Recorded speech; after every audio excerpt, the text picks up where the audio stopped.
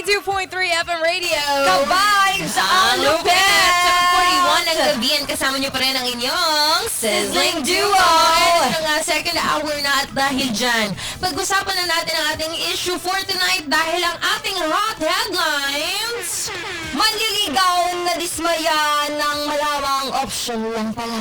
Oy, parang ano na, parang kanta. Ay! Maligaw na dismaya ng malamang option na pala. Alam mo, mapapakanta ka talaga lalo na kapag marami pala kayo, hindi ka lang nag-iisa. Totoo, awit, gano'n, di ba? Awitin.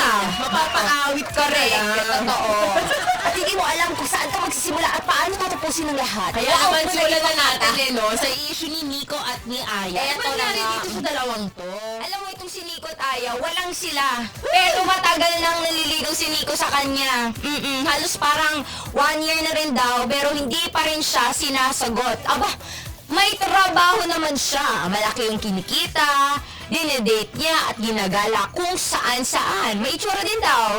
Kahit pa paano, pero parang sa loob daw ng isang taon, aba, walang improvement. At palagi lang daw, sinasabi sa kanya ni Aya ay, Ano salamat. Ay, salamat sa... At kung ano-ano pang sweet gestures ang pinapakita niya kay Nico. Salamat kasi nililigawan siya. Wow. May taong nagkakagusto sa kanya at nagkakandara pa sa kanya. For Nico, akala niya he's winning dahil nga may time din na parang, alam mo yun, umaabot na rin sila sa mga dirty jokes.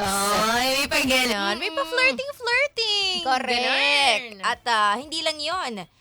Habang tumatagal, doon na pala nagsisimulang mabuo ang pressure. O, hindi pressure cooker ha.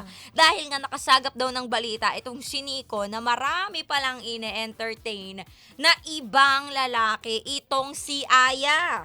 For him, hindi raw katanggap-tanggap iyon. Kaya naman nag-ask itong si Nico kay Aya kung totoo ba yon. At ayun, oo daw ang nakuha niya. Dito raw na-disappoint si Nico sa kanya. Kaya siya, bakit daw pinaglalaroan yung feelings niya? Bakit parang siya yung nanliligaw kung kasama lang pala siya sa pagpipilian? At para kay Nico, alam mo naging ano niya, na feeling niya, Ang sabi. nakakabastos at nakakabawas daw ng dignidad. Pero for Aya, bakit daw siya madidisappoint? Wala naman daw silang label. Tsaka kung mag-entertain man daw siya ng iba, okay lang daw yun. Hindi naman porket marami daw siyang ine-entertain, ay may sasagutin siya doon. Tama rin naman. Mataas ang standards niya at deserve niya raw ng lalaking makakakuha ng loob niya. At tsaka ito ha, hindi niya kasalanan daw kung gustuhin daw talaga siya ng mga lalaki. Oh, Confident pa naman. confident diba? Siyempre, nagiging mabait lang naman daw siya. Kumbaga, Ini-entertain lang niya. ina-appreciate niya lang. Oo, parang nagpapasalamat siya sa Correct. attention, nagpapasalamat siya sa mga gesture. Tama. At saka, hindi niya rin responsibilidad kung anong mararamdaman ng mga lalaking magtatry ng manligaw sa kanya. Dahil nga, simulat sa pool, wala naman daw siyang alam mo yun, Wala siyang pinagko-commit. pinangakuan. Oo, yun. Pinangakuan is the term, di ba? Hindi naman siya nag-commit kahit kanino. Bakit? Correct. Yung mga maliligaw naman niya, hindi naman sila jowa. Wala namang official sa kanila. Yes. Sadyang thankful lang siya sa mga binibigay. Correct. Di ba? Sa mga ginagawa para sa kanya. Alam mo, yan din naman yung point natin para kay kay Aya. Kaya lang itong si Nico talaga, parang for him, it's unfair. 'Di ba? 1 Oo. year daw siyang nanliligaw. Eh di wag mong ligawan. Without knowing na may ine-entertain siyang iba. Habang siya buong pusong binibigay lahat. Para kay Aya, wala lang pala. Yun yung pakiramdam nito ni Nico. Yes. At doon sila nagbanggaan. Hindi alam ni Nico kung itutuloy niya yung ginagawa niya. Oo, actually, alam mo, both naman, may mali din naman talaga si Aya.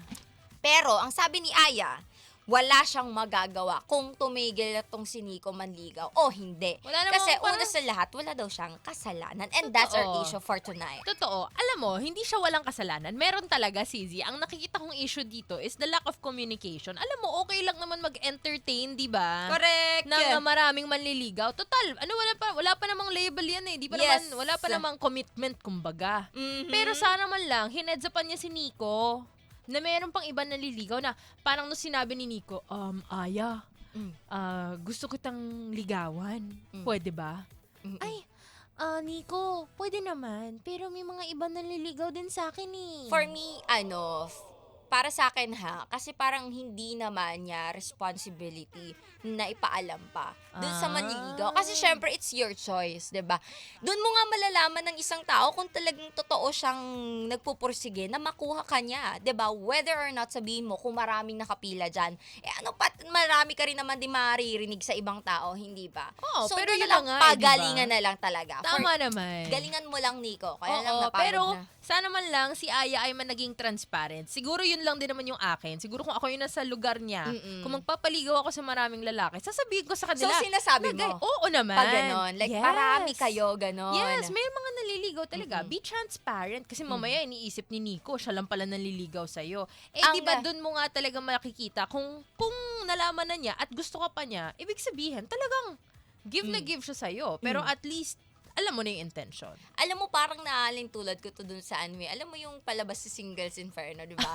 Parang ganun siya na way pagalingan kayo, di ba? Ganun lang siya. At saka ang sa akin, ang mali lang din naman, sa nakikita ko, bukod dun sa transparency na sinasabi mo, kay Ayang part naman, siguro dahil nagbibigay siya ng mixed signals. Check na check. Dapat walang special treatment. Dapat kung lahat sila ine-entertain mo ng fair lang Patas. dapat. Patas lang, di ba? Oo. Para walang balik sa'yo. Yes, exactly. At Nico, wag kang reklamador. Kung mahal mo talaga yung tao, di dapat dun ka mas maging di ba? Exactly. Mas Kung sipagin gusto mo pa.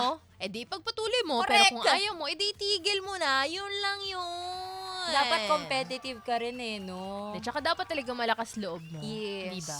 Lalo na kung ang mahal mo ay habulin niya. Exactly. Kayo ba mga ka-vibes, anong gagawin nyo kung kayo ang nasa sitwasyon ni Nico I at can't ni Aya? handle. Wow! Diba? I can't handle agad. Charis lang. Oo, ayan, i-message niyan sa amin. Mag-comment kayo sa ating social media accounts. Nakapost na po ang ating sizzling question. 92.3 FM Radio Manila po yan. Hanapin niyo po ang mukha ng aking Sizzy sa ating Facebook fan page at mag-comment na kayo dyan. Kung Tinaas ano ba, kaya niyo bang i-handle o hindi?